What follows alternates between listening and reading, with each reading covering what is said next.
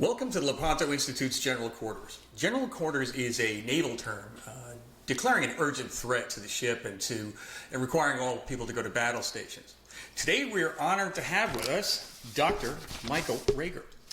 But first, a few points. If you like what we're talking about here, please pass this video along. We're being shadow banned, and that'll really help us out quite a bit. And please hit the subscribe button. And if you like our content here, hit the like button, and also hit the bell if you would like to be made aware of any new content that we're coming with. And lastly, before we get started, it's important to point out that we only exist because of good folks like you. So if you would like to donate to the Lepanto Institute, please consider donating at lepantoin.org/donate. And also check out our gift store, lepantocatholicgifts.com. We have a beautiful Lepanto Sacred Heart cross there, and Michael Hitchborn designed it.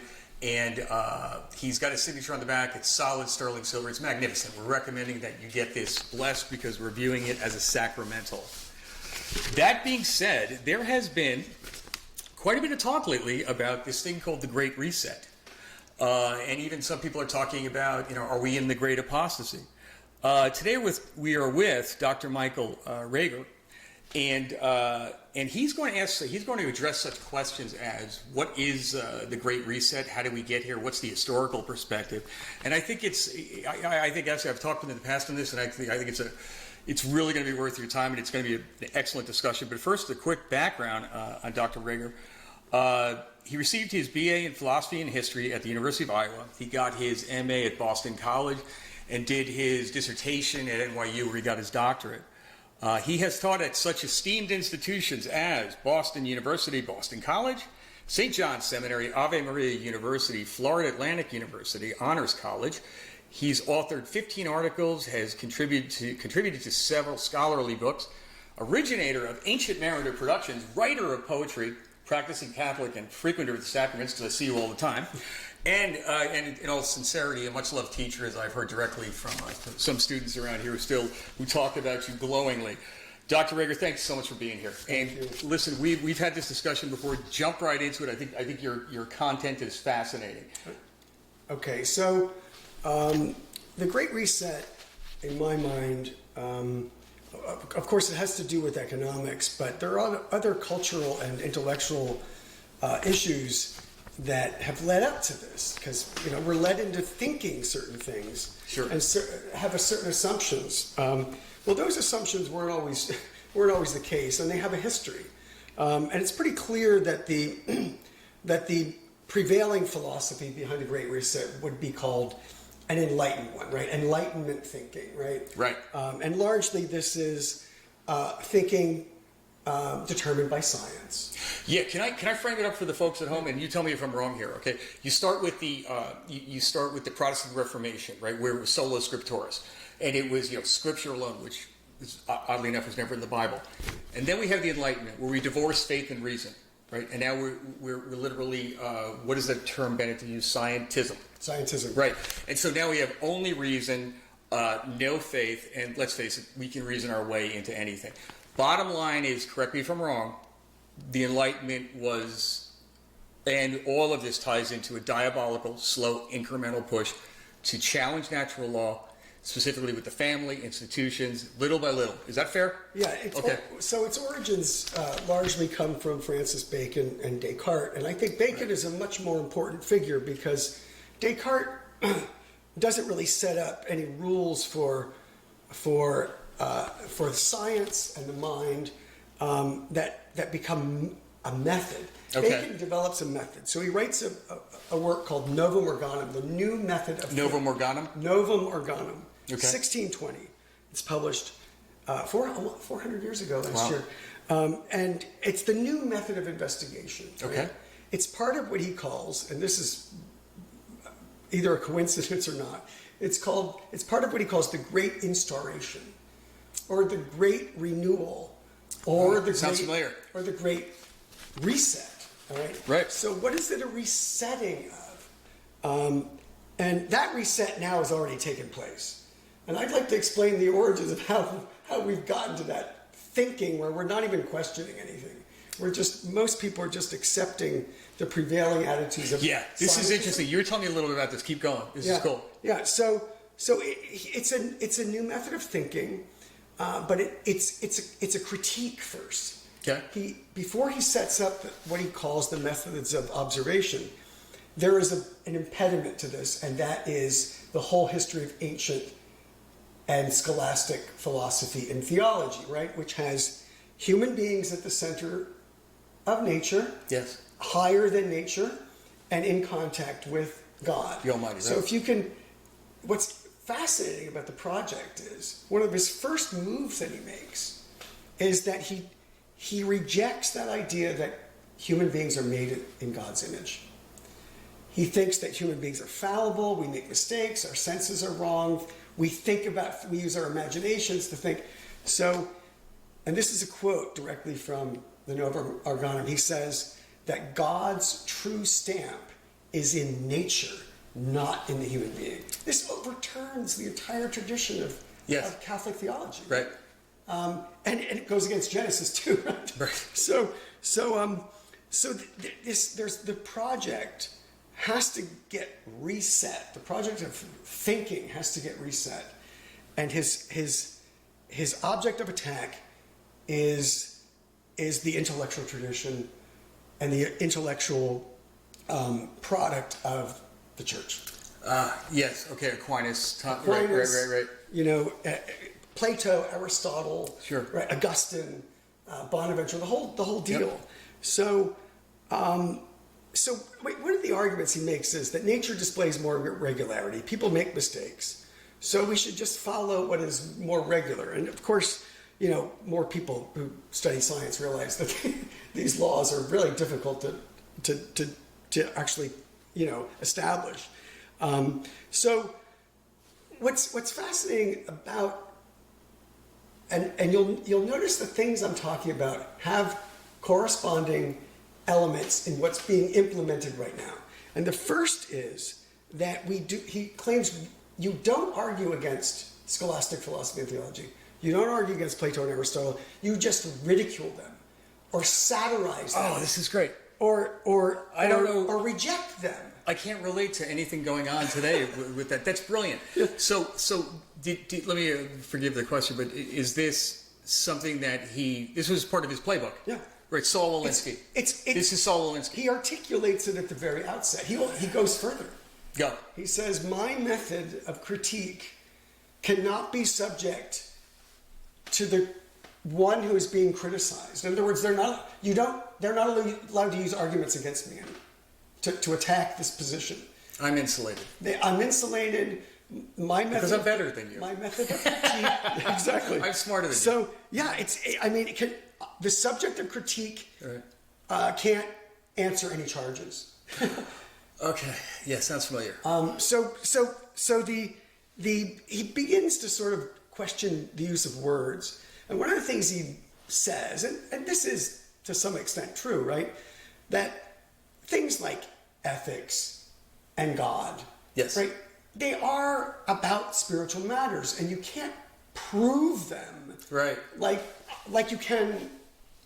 A scientific equation or something. Scientific like that, equation, right. 2 + 2 = 4, a mathematical proposition. Mm-hmm. So these ideas, right? The idea of God, the idea that man was created in God's image, right? Yes. Any metaphysical idea, any ethical idea, he calls them idols. IDOLS. They're idols of the mind. And what do you do with idols? You destroy them. Smash them. You smash these idols. So, his main object is philosophy and theology, and there's 4 different kinds of idols, but that's the big one. He calls them idols of the theater. So philosophy and theology is an act. We can accept it as a nice little play. He even says that we'll let them do their plays. We'll let them do their it's an art form. Their puppetry. But we don't pay attention to them. We don't pay attention to them. We ridicule them. We don't argue with them because you don't get into a philosophical argument because they're going to win.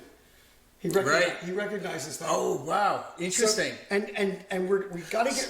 Yeah. Oh, so I got to ask you this. So this is actually fascinating. So the bottom line is, this is the 1600s, right? 1620. 1620, and even then he was absolutely producing a playbook for the left today, because he was the left. Now remember, we want to destroy religion, right? He's got to say something about families in there, but go ahead, continue. Well, he doesn't say much about families. Okay, that came later. That comes much later.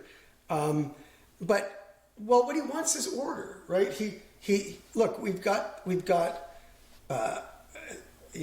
decades of war in England between Protestants and Catholics and Puritans, right?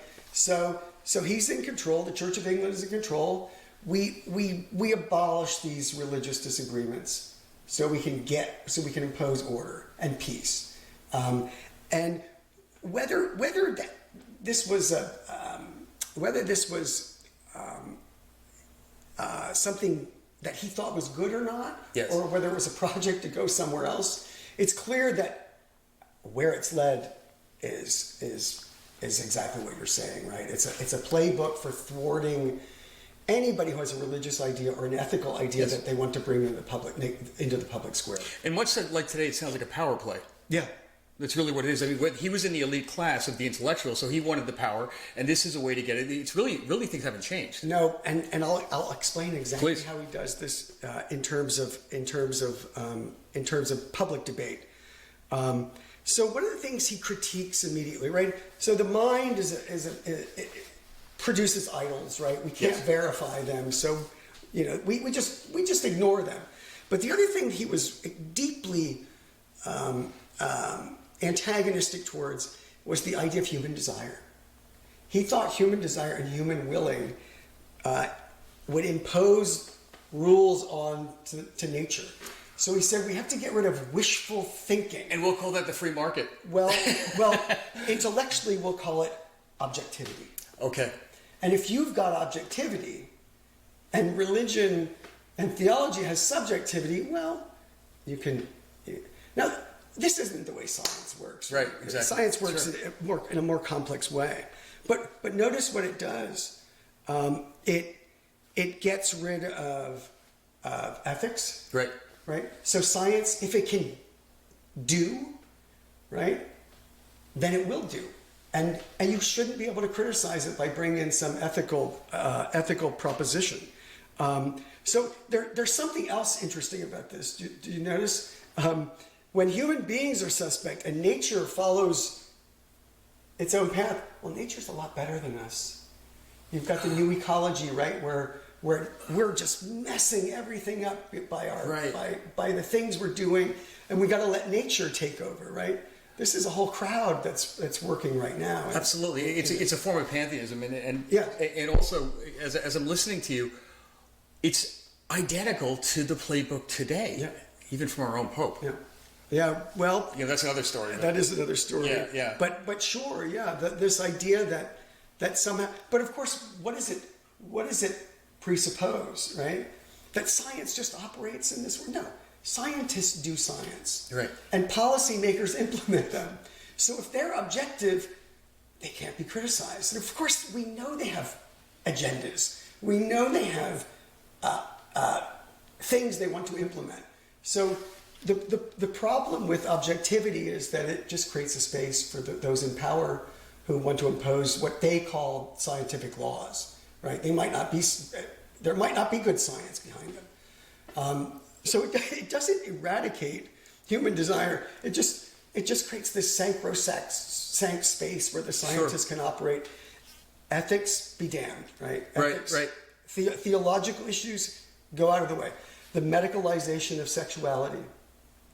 Right? Yeah. Where sexuality, it's not between a man and a woman, right? It's just it's just a physical action that has to be controlled medically. Abortion comes out of this, right? Yes. And so the other really important thing that Bacon does then, now we've seen this, would it be fair to say complete utilitarianism? In other words, whatever is the most advantageous at the moment, because now, remember, we don't have a God, per se, to be messy in the way, okay, go ahead, please. It's certainly pragmatism, and here's how he gets there. He says that when we're investigating science, scientific truths in nature, Yes. it's not truth that matters, it's power. If we can replicate an experiment and we can Right. gain a purchase over the natural world, right? That's true. That's true. So that is, it's a project for pragmatism, a philosophy for pragmatism. It also gives rise to what we might call technocracy, right? Yeah, take that point further. Well, you've got these elites, and they're usually in the academy, right? Yeah. And they have control over the money. They have control over the experiments, right? Mm-hmm. And so, if you can manipulate nature, and look, we're part of nature too, right? Sure, absolutely. So our bodies can be manipulated in this way, Yeah. and you're going to oppose it? Why would you oppose it? Look at the great things Exactly. we can do. We can interface our brains with computers. Why wouldn't you want to do that, right? Why wouldn't you want to take the vaccination? Right? So when that, and that's the other thing at the end of the Novum Organum that Bacon says that terrified me when I read it. It terrified me. When we gain power over nature, then we turn it on to human beings. And again, it's for the idea of control, right? Yes. It's for the idea of controlling society. This is right out of today. Yeah. And so you're putting forth that this was the beginning of it, and now did it go underground, or in the sense that I always felt that it was a series of like gradual moves. I've always felt it was diabolical. Yeah. And it was gradual moves forward and forward, but not so anyone would notice. Don't want to upset the status quo. Go ahead. Yeah, the Enlightenment takes a long time. There's a lot of resistance to it, right? You've got periods of it, like the French encyclopedias, Voltaire and Diderot and that crowd. There was a turning point. My main area of study is a man named Samuel Taylor Coleridge, and he actually wrote a theory of science in the 1830s, which was based upon a Trinitarian philosophy. And no one reads it. It didn't win the day, right? Right. And look, here's what we have to be very clear about. It's not science so much that's the problem. It's the manipulation of science. Absolutely. Right. It's the manipulation of science. Oh, I don't know, like climate change. Yeah. It's called, and this comes from the Pope John Paul II, and you mentioned it, the word scientism. Right. It's not simply using science to better man. It's having a worldview in which science determines everything. Yes. And of course, who decides that? Those in power. Those in power. That's the point. And and again, what made Western civilization the best civilization in the history of mankind, I don't think we can argue that, was the union and marriage of faith and reason. Yeah. What you're talking about, especially with the Enlightenment, is a complete divorce. And when you divorce faith and reason, on the one hand, right, when you have only faith, you have fanaticism and fundamentalism. And when you have only reason, you have nihilism and utilitarianism. And it's totally enclosed within the place. What can science discover? Those things in space and time. Right? Yeah. So this is amazing. It's a completely materialistic right. That's right. That's the word, materialism. And as I'm listening to you, right, and I'm listening, I had no idea until you and I started talking about this that Bacon had covered it. This is the exact same playbook that is going on today. Yeah. Right. And again, that's what. Please continue. Yeah. And so the final goal is utopian. Yes. And it's utopian so for Bacon, we can get rid of pain. We can get rid of Freud thought the same thing, and of course he wound up committing suicide because he was living such a painful psychological life, couldn't handle the fact that he was dying. What's interesting about this is that our great friend Karl Marx. Yes, I was going to where you get to him. Picks up on this. He's obviously a utopian, right? Sure. He obviously wants heaven on earth, right? Where everybody's equal, and And again, it's still a power play. Of course it is. Karl Marx was a bum, right? Even his wife said, great ideas. The guy Yeah. really could make a living No. one day, No, he He couldn't. lived off Frederick Engel, is that right? Yeah, Engels, who basically had a really bad case of white privilege guilt. Ah, okay. His father Good. was an industrialist too. Yeah, continue, please go finish because I want to hear what you have to say about Marx. So there's a couple of strains of Marxism, and one of them is the technocratic idea. A lot of people don't notice this. Okay. But I do want to talk about two others. Of course, one is he gets a lot of his ideas about social relations from French social thought, and especially Jean-Jacques Rousseau. And I'll talk a little bit about that. That is where I think one of the really terrible aspects of Marxism comes in, which people don't talk about. Right? They talk about the economic, and that's an important thing that comes from his study of the rise of industrialism and class consciousness and the stratification of society. But the economics really are, in my mind, in some ways, a cover. Okay. For what he really wants to get, which is to rearrange society according to his ideal, which will abolish the family. So that's what we're getting to, isn't it? So private property becomes a getting rid of private property becomes a means to getting rid of the family, having a world where we're all brothers, and you don't pay a bunch of you don't have an inherent right or duty to your family. You have it largely. You have it to the universal state. The other idea is the technocratic and the technological. I'll get to that. Okay. Of course, he also has the critique of religion. It's the opiate of the masses. Sure. He gets that from a German philosopher named Feuerbach, Okay. who claims that we just project the idea of God because we need God. Right? We need God. It's actually proto-Freudian. Freud says the same thing. Right. But I think that the two things that most are concerning right now are the attack on the family and the rise of technocracy. Yes. Right. And in your terms of using technocracy as a veneer to authority, actually, for lack of a better word, right? Yeah, that's right. Because it's in the science, so you have to listen to us. Yeah, that's right. Whatever. Go ahead, please. So this is really cool. So he gets the idea of this new social relations from a French thinker named Jean-Jacques Rousseau. Yep. Who's a famous political theorist. And one of his ideas that he starts off with is that man is born free and is everywhere in chains. That's a quote. And what does he mean by that? He means that as an individual, he's free, but you put him in relation to other individuals, not so much fun. He couldn't get along with anybody. He wound up writing an autobiography called The Confessions, in which he blamed everybody else but himself. It was actually a satire on Augustine's Confessions.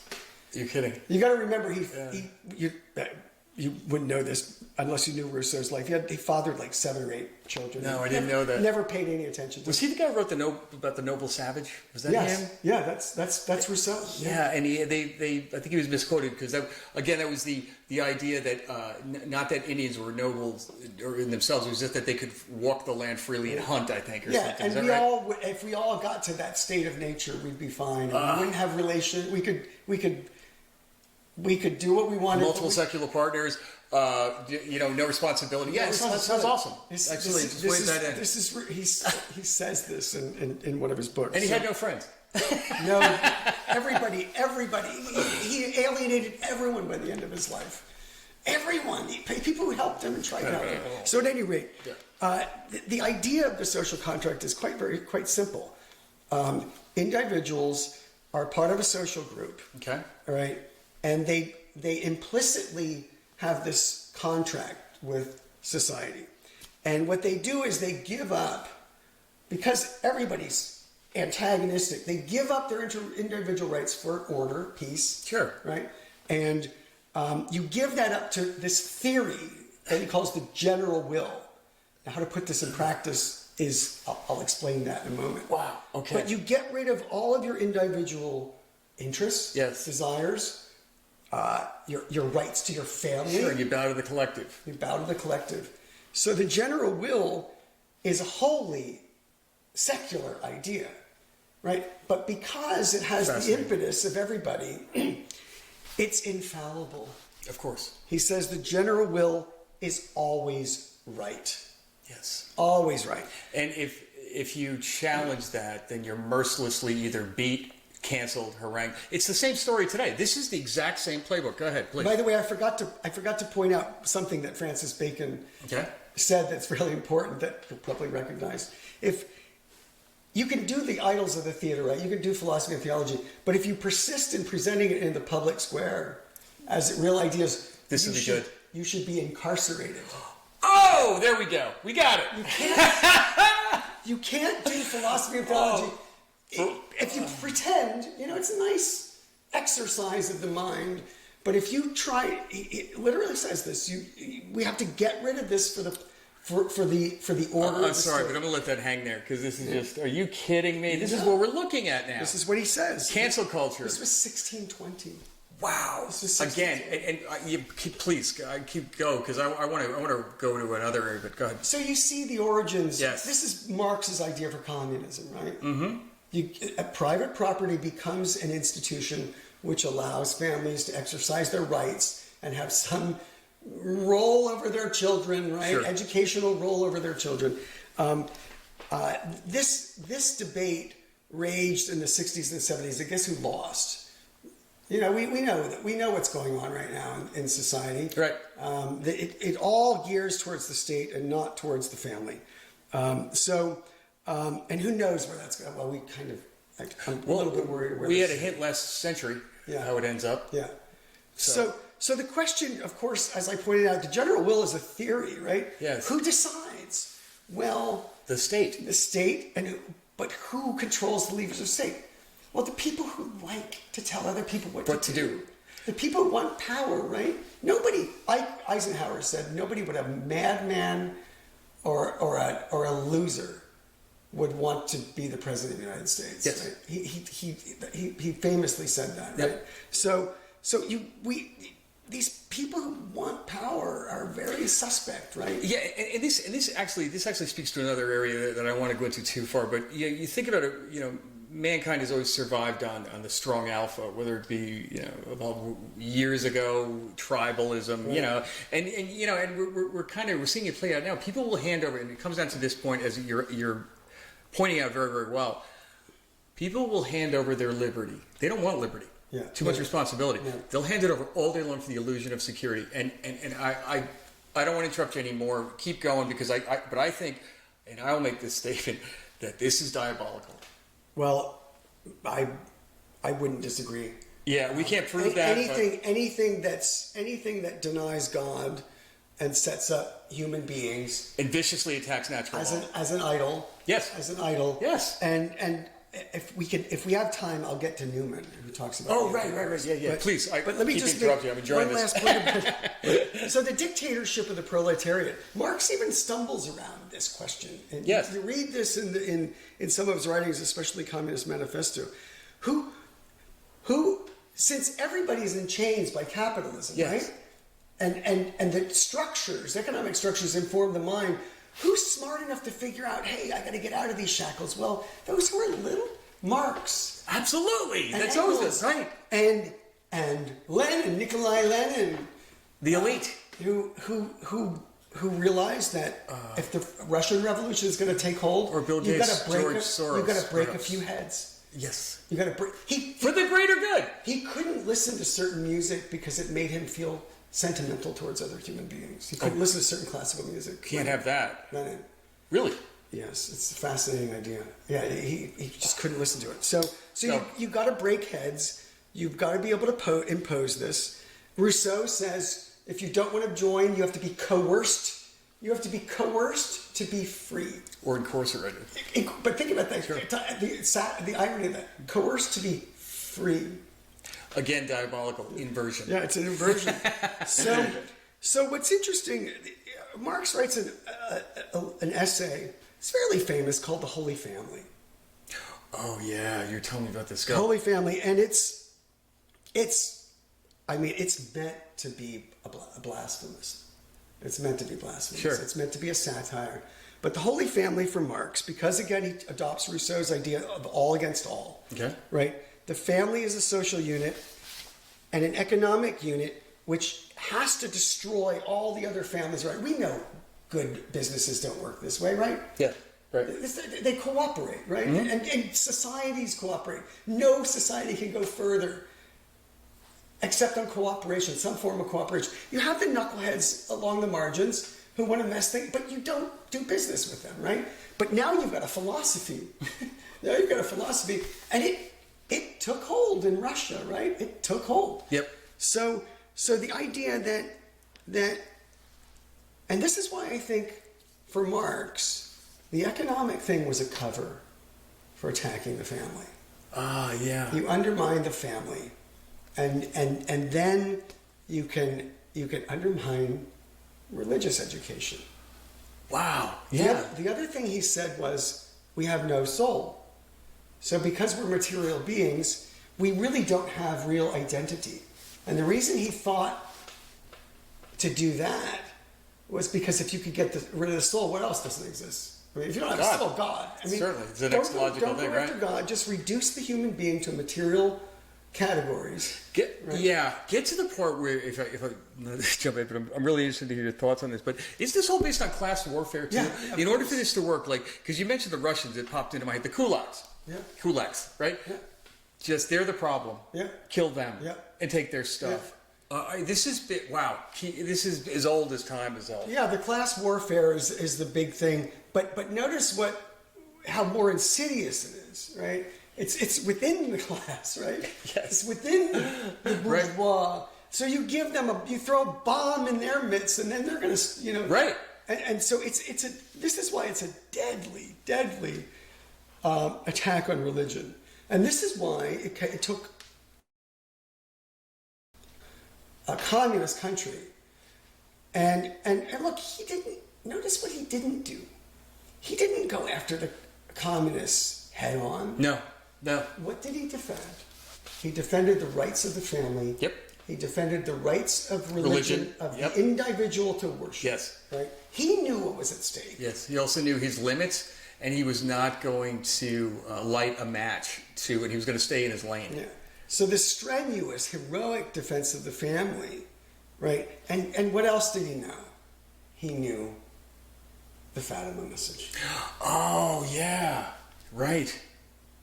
Yeah. He knew the Fatima message. Can you go there a little bit? Yeah, I mean, look, there's no doubt the errors of communism have to do with the abolition of private property. It has to do with resetting the economy, resetting the economy into a collective where the dictatorship of the proletariat determines who gets what and who does what, right?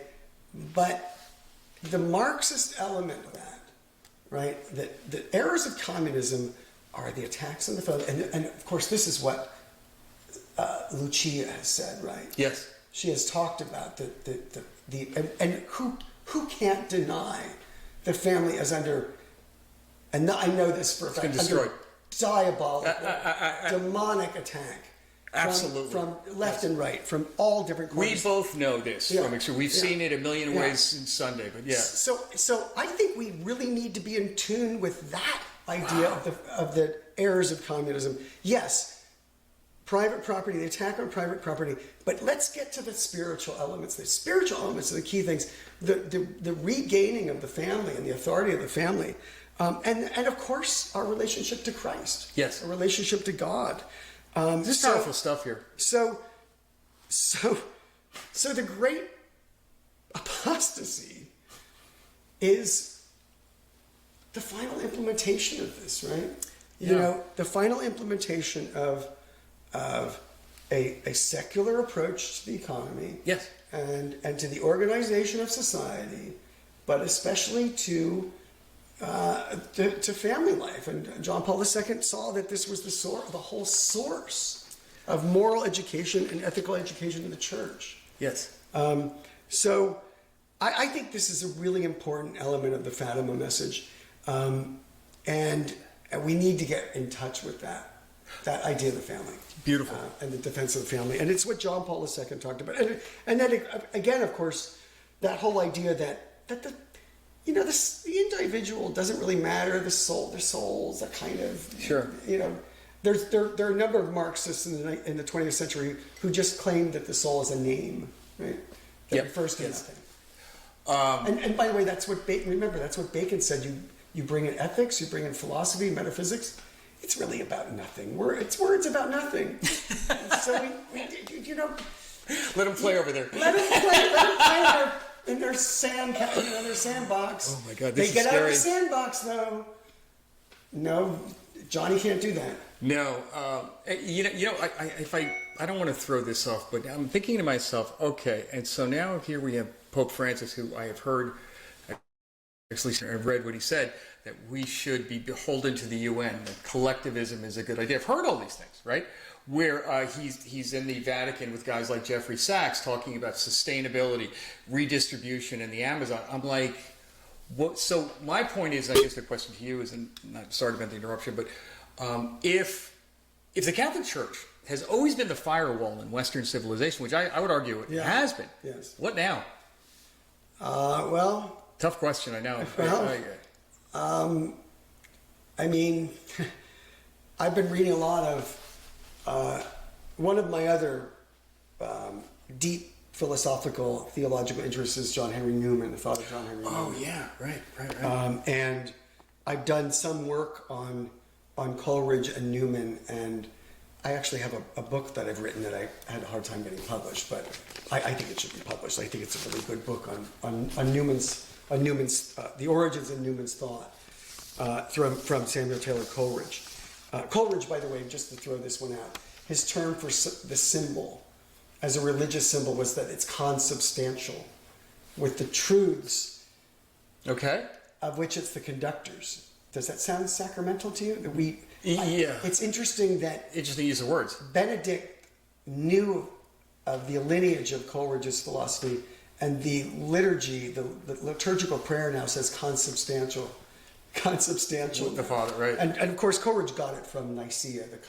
So it's a deeply religious thing. But at any rate, that's the origins of a lot of Newman's thought, this Christocentric idea of symbolism.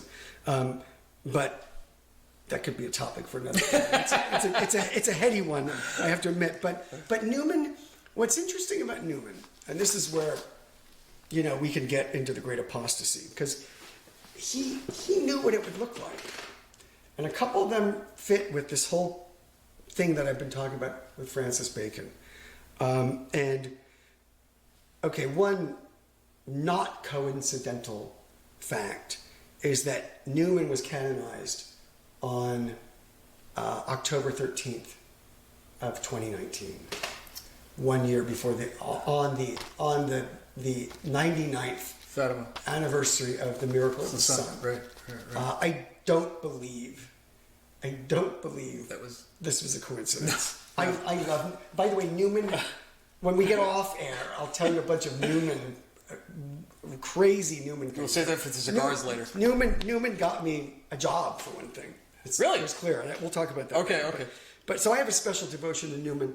But I think Newman was right about a lot of things. And the little known thing about Newman is that he wrote more on the Antichrist than any other theologian. And the way I was not aware of that. The way he got there is, first of all, he was a tremendous reader of texts and narratives. So he read Book of Daniel, and he read Revelation, and he read the Gospels and put them all together. But he also knew, remember, he was a Protestant. He was Church of England. Yes. And he decided to write a book to show that Protestantism and the Church of England was the true origin of the church. He converted. He realized that it looked like the Catholic Church, right? Yeah, the early church looked like the Catholic Church, and he was vilified. He lost all of his. By the way, Dr. Taylor Marshall, Scott Hahn, that seems to be the way that goes. He lost all of his. He lost his position at Oxford, which was his dream. Right. Teaching at Oxford. I mean, so he did these lectures on the Antichrist, and the other thing that he knew, because he knew that was the early church fathers. Yeah. There are Barnabas, Lactantius, Polycarp, who actually knew John the Evangelist and were told by Jesus what this period would look like. And they write about it. Lactantius writes about it. Polycarp writes about it. And so these are seemingly marginal things, but I think pretty important. Now, Newman knew them. So he says that the Antichrist is the man of sin, and that he is born of an apostasy. I'm reading this. Sure. Or comes to power through an apostasy. Okay. What is an apostasy? Yeah, that's... You can't be an apostate unless you're a practicing Catholic. Can you? No, you can't, right? Because by its very definition, You can't be an apostate if you're a secularist. I deny the Catholic doctrine of the Trinity, right? Who cares? But an apostate is somebody with authority in the structure, right? Authority. Right. So Wow. So he says that, well, the Antichrist will emerge from a special falling away from God. And he saw this as already taking place in his day. Okay. In his day. So he even, this is a little sidelight. In Revelation, when the eagle falls, Yeah, okay. it's all over. It prepares the way for the Antichrist. He was writing before, there was only one or a couple of democracies. They were all monarchies. He said it's going to emerge from democracies. From democracies. And the fall of the last vestige of the Roman Empire is the fall of the eagle. Ah, yeah. All right. Okay. Now, what is that? Well, democracy. it could be what country? United States. Eagle. Right? Yeah, it's our symbol. And its Right. legal structure comes largely from John Adams, who wrote the Constitution for Massachusetts. You know what he went to? Roman law. Oh, wow. And so the American Constitution is largely modeled on John Adams' Massachusetts Commonwealth Constitution. So the last vestige of Roman Empire, not necessarily monarchy, but law, the spirit of law. That's what he says. It's going to be the spirit of Roman law, the spirit of this law that's based upon rights and duties. All right. So this, he saw this as coming. He thought, and he looked at various different things that were happening in the late 19th century that were preparing for this period. He also said the 21st century will be either a Catholic Christian century or it will be no century at all. When did he die? He died in 1890. I think. Okay, give or take. Okay. 1890. Interesting. So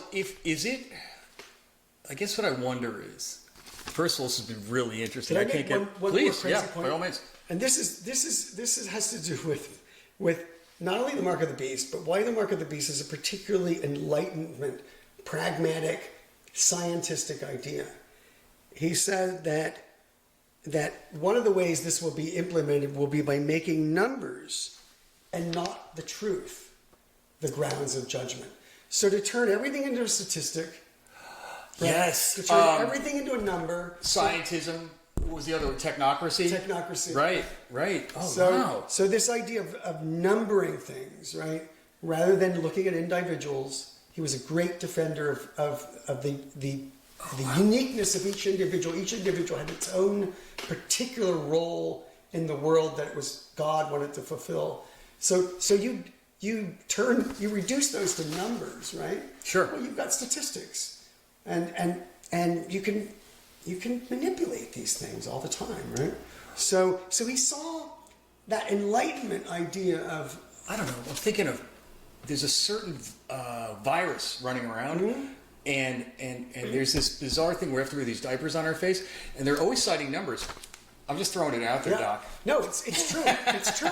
Right? Is that not a great example? Yeah. And who knows what the numbers really are? Exactly. So you can manipulate the numbers, and when you assign a structure to society based upon numbers. Right, and when you're the authority governing body that is instituting and delivering the numbers, you own the numbers, therefore you own the truth. You own the numbers, you own the truth.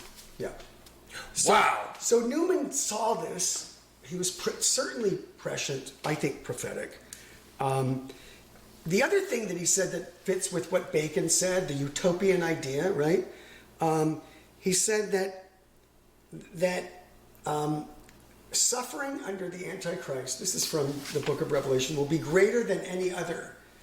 But so he goes through all these examples of people getting sawn in half and the crucifixions and burning at the stake and just horrific deaths. Yeah. And he said, but what if instead it's through a great delusion? Oh, God, I can't imagine that. A great delusion, right? The seduction of power, of materialism, of consumerism would dissipate the energy of Christianity, would enervate Christianity. For example, if the goal was to reduce the population, lock everybody up, but keep the booze and pot stores open, and then we'll have little welfare checks coming so we can keep them in beans and bacon. Could that be, Doctor? Could that be the case? I think it's a layup. What he says is we will give up our power and we'll become dependent on the state. And once we do that, we're done. Yes. That's what he says. That's the time the Antichrist. One more. Make sure the internet works so porn can filter through. Yeah, that's right. Right. Honestly, I mean, I'm listening to you going, wow, this has been really cool. No, it's a mass seduction of the world. Yes. Based upon ideas. What's interesting about that, right? But you got to pay them off with comfort. Yeah, right. Religion was the opiate of the masses for Marx. Mm-hmm. Not anymore. No, consumerism is the opiate of the masses for Christians. Brilliant. Can we leave it there? Yeah, we end right there. I got to tell you, this was a cool hour. All right. Thank you. Ladies and gentlemen, I really did too. Dr. Michael Raiger, I got to tell you, I absolutely enjoyed every moment of this. It was an honor to have you. Promise me you'll come back. I will. So, absolutely. Listen, we just had a really interesting way. We took everything, and correct me if I'm wrong here, and I thought your premise was tremendous. This has been going on a long time, and you're going to start you start with the Protestant Reformation, but things really picked up steam, I would say, with that as a base, with Rousseau. Rousseau lined up the entire playbook that we're seeing today. I would say this entire thing is diabolical. And what is it about? Cancel culture, scientism, or technocracy, where you cannot possibly argue with authority. Whoever owns the numbers, they own the narrative, therefore they own you. I would agree. Right, and now, and again, and to wrap it all up, and how do we get there? And there are some of these guys very much like Marx, like Rousseau, we'll call him Bill Gates, George Soros, who said that. And then these are the guys that, as long as their goal is to get the population down to 10% of the current value of perfect people. And how do we get there? Lower birth rates. The new no humans need apply, because now we have to do something with technology because we're outpacing jobs faster than ever. That's a big part of this discussion. Yeah. So you keep them loaded up with porn, pot, booze, and throw them a check once in a while so they can get Burger King. Yeah. That's it, folks. All right. This is a brilliant discussion, and now we know why all the students love you. So, Dr. Raiger, thanks, man. I really enjoyed it. This is the Lepanto Institute. We're gonna say goodbye here. Thanks again for joining us today. And we can't do this without your support. So please make certain you hit the subscribe and like button, and hit the bell when you will be notified of new content. Also remember the Lepanto Sacred Heart Cross at lepantocatholicgifts.com. And if you want to donate, lepantoin.org/donate. We can't do this without you. Thanks again. This is Jim Vaughn at the Lepanto Institute. Thanks again, Doctor. And until next time, God bless you guys. Thank you.